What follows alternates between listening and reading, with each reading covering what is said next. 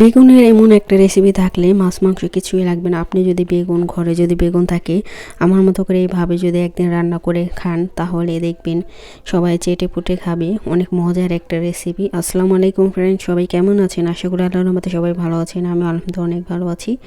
তো এই যে দেখুন, এখানে বড় একটা বেগুন নিয়েছি। এখানে ভিডিওতে ছোট দেখা যায়, কিন্তু অনেক বড় একটা বেগুন। তো এই বেগুনটা আমি কিভাবে রান্না করব আজকে, সেটা আপনাদের সাথে শেয়ার করব। সবাই ফুল ভিডিওটা দেখবেন।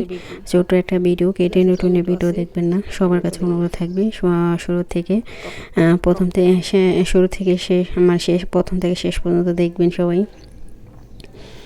তো এখন আমি বেগুনটা কিভাবে কাটি সেটাই দেখাবো। এভাবে যদি কেটে নেন, তো এক একজন এক একভাবে রান্না করে। তো ভিডিও দেখে যদি আপনারা এইভাবে রান্না করেন, দেখবেন আপনাদের খেতে অসাধারণ লাগবে। বেগুনটা কচি বেগুন, আমার বিচিওয়ালা বেগুন ভালো লাগে না, মানে একটু বয়স্ক হয়ে গেলে বেগুন, কচি বেগুন খেতে খুবই মজা লাগে। বিচিওয়ালা বেগুন একটু মানে অ্যালার্জি থাকে, চুলকায় বেশি। তো এই যে দেখুন, এখন আমি বেগুনগুলো কেটে নিতেছি এইভাবে, ছোট ছোট করে গোল গোল করে এইভাবে কেটে নেব আমি। তো এভাবে কেটে আমি রান্না করব। কিভাবে কাটি সবাই দেখতে থাকুন ফুল ভিডিওটা। যারা যারা নতুন বন্ধু আছেন আমার চ্যানেলটিকে সাবস্ক্রাইব করছেন, সবাইকে অসংখ্য ধন্যবাদ। যারা এখনও করেননি, ভিডিও দেখে ভালো লাগলে অবশ্যই সাবস্ক্রাইব করে দেবেন। আর যারা সুন্দর সুন্দর কমেন্ট করেন তাদেরকে অসংখ্য ধন্যবাদ। তো এই যে দেখুন, এখন আমি এখানে গরম মশলা দিয়ে দিলাম সব। এখানে গরম মশলা দিয়ে দিলাম। দেখুন, এখানে হলুদ গুঁড়ো, মরিচের গুঁড়ো, সব মশলা এখানে একবার রেডি করে নিতেছি। তো আমি এটা কিভাবে রান্না করি শর্টকাটে দেখাবো একবারে।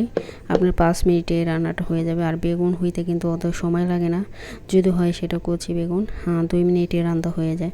তো ঝটপট রান্না করতে আপনাদের এরকম মশলাই তৈরি করে নিলাম। তারপরে এখানে আমি পেঁয়াজটা ভেজে নিয়েছি আগে। পেঁয়াজটা ভেজে তারপরে এখানে আমি শুটকিটা ভেজে নিতেছি।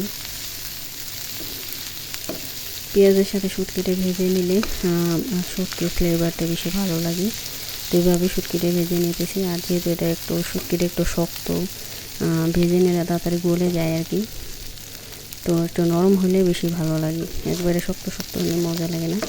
তো এইভাবে আমি শুটকিটাও ভেজে নিলাম পেঁয়াজের সাথে। পেঁয়াজটা আগে অফ ক্যামেরা ভেজে নিয়েছি, মনে ছিল না ভিডিও করতে।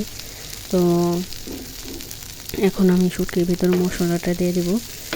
তো এইভাবে যদি আপনি বেগুন রান্না করেন, দেখবেন খেতে ভীষণ মজা। আর শুটকির গ্রানটা কম বেশি সবারই পছন্দ। তো দেখুন, এখানে মশলাটা দিয়ে দিলাম। মশলাটা একটু ভেজে তারপর আমি এখন বেগুনটা দিয়ে দেবো। সব একসাথে আমি কষিয়ে নেব। একসাথে কষিয়ে দিয়ে কি মানে মশলা সব ইয়ের ভিতরে, বেগুনের ভিতরে ঢুকে যাবে, তখন খেতে ভীষণ ভালো লাগবে। আর যেহেতু এটা বেগুন অনেক কচি, আর বেগুন হইতে কিন্তু সময় লাগে না, আমি এই কষানোর ভিতরে আর কোনো পানি টানি দেবো না। এটার সাথে আমি ভালো করে কষে একবারে ভাজা ভাজা করবো, মানে এখানে কোনো ঝোলমোল কিছুই থাকবে না। এভাবে যদি আপনি বেগুনটা রান্না করেন, দেখবেন খেতে অনেক মজা হয়। এটাই।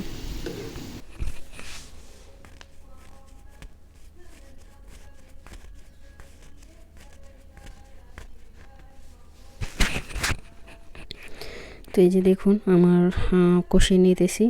তারপর আমি একটু মানে এখন চুলার আঁচটা হাই আছে।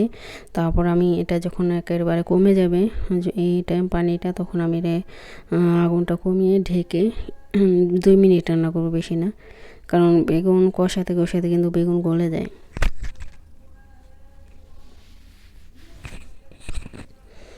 এখন আমি ঢেকে দিব অফ ক্যামেরায়।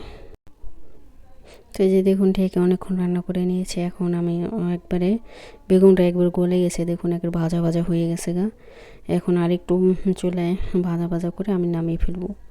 আমার বেগুনটা কিন্তু হয়ে গেছে একবারে অলরেডি। আর এটা খেতে ভীষণ মজা।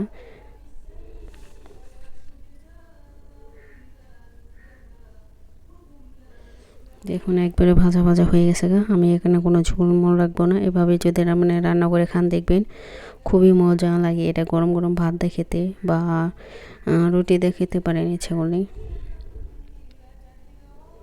তো আজকের আমার বেগুন আর শুটকির রেসিপিটা কেমন হলো, তো সবাই সুন্দর করে কমেন্ট করে দিবেন।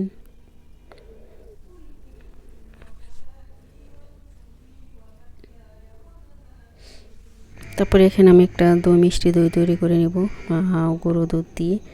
তো এটা আমি চিনি দিয়ে দিলাম পরিমাণ মতো, আর গরু দুধের ভিতরেও চিনি থাকে সেজন্য অল্প চিনি দিয়ে দিলাম।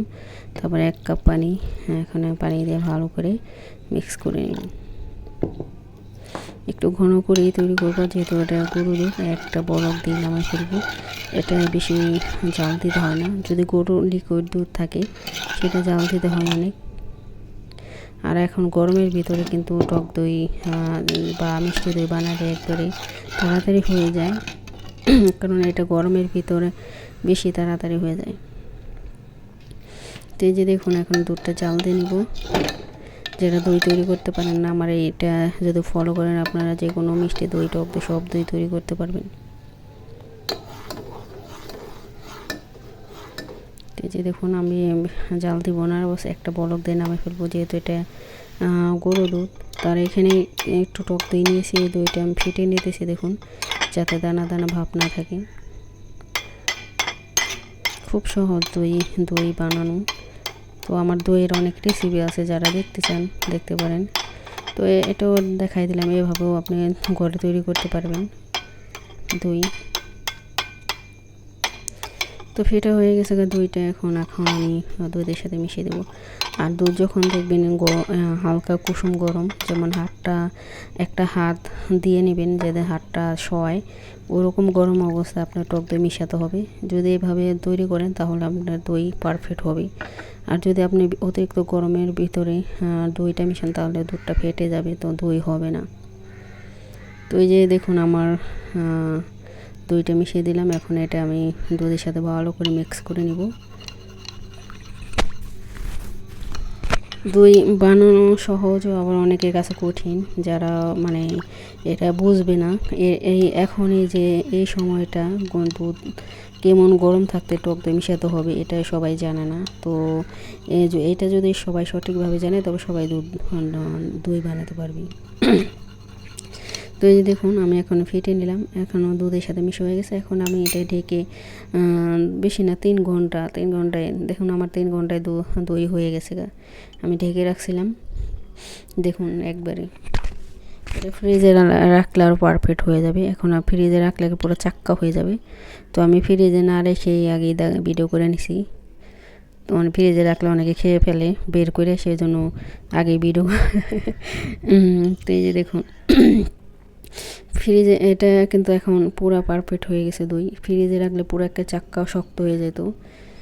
তো দেখুন হয়ে গেছে একবারে। তো সবাই ভালো থাকবেন, সুস্থ থাকবেন, আল্লাহ হাফেজ।